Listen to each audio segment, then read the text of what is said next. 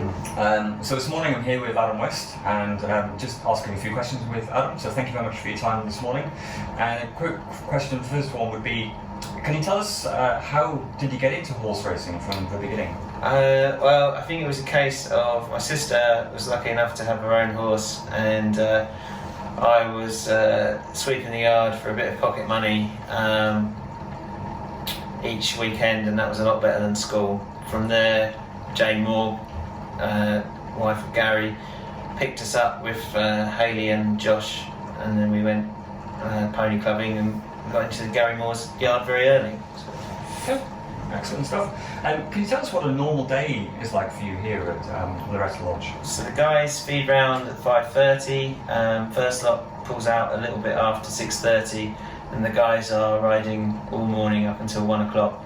About 6 or 7 lots if necessary. We're lucky enough to have our own gallops, so we can do a quick one, or we can go up and use the gallops on Epsom racecourse. They will have a brunch after they've been out, and then lunch at 1.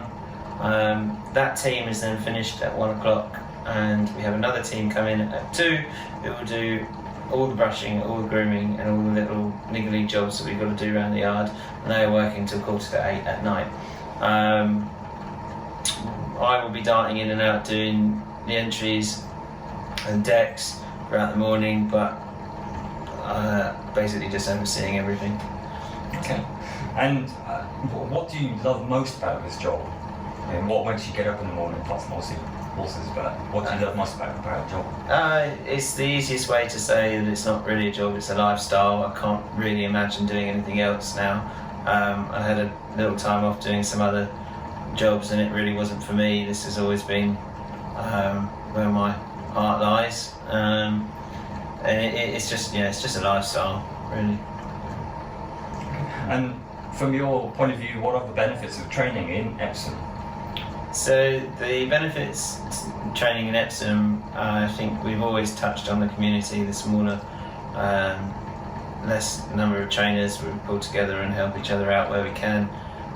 There's a lot of history and heritage that I'm sure there's a lot of anoraks that could tell you a lot more than I could, but there's some really good history here. Ultimately, it's practicality for me. We're centrally located to all the best sort of tracks, and able to go straight onto the M25 and up and around to racetracks without having to do huge amounts of travel time.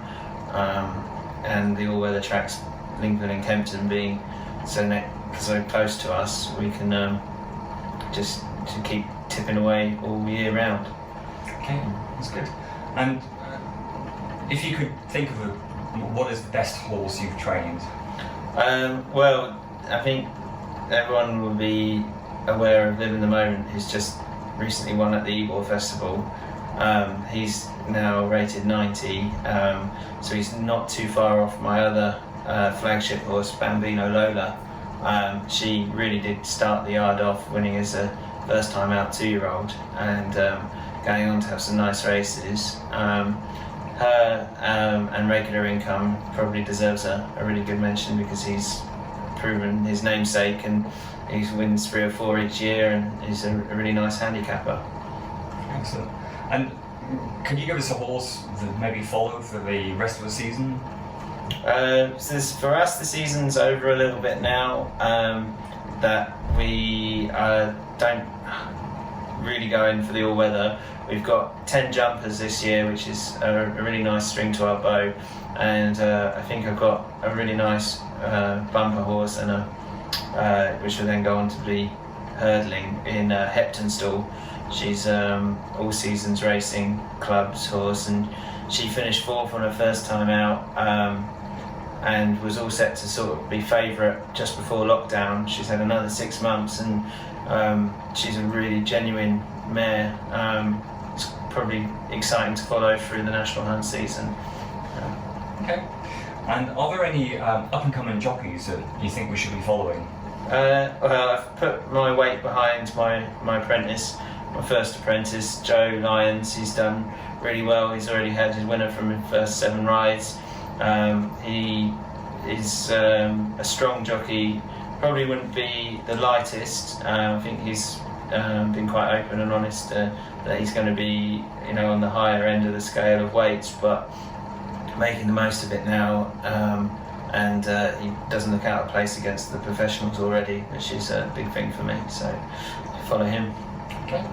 And if you could have trained any horse, past or present, what would it be? Who would it be?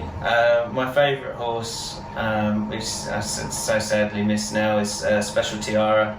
I thought the way he attacked his chase fences in the Cheltenham was always phenomenal. Even if he didn't get the right result every time, you couldn't fault his heart. He was savage running into them as quick as he did, and very, very bold horse. I would have loved to have ridden that or trained that, because he was, it's very special.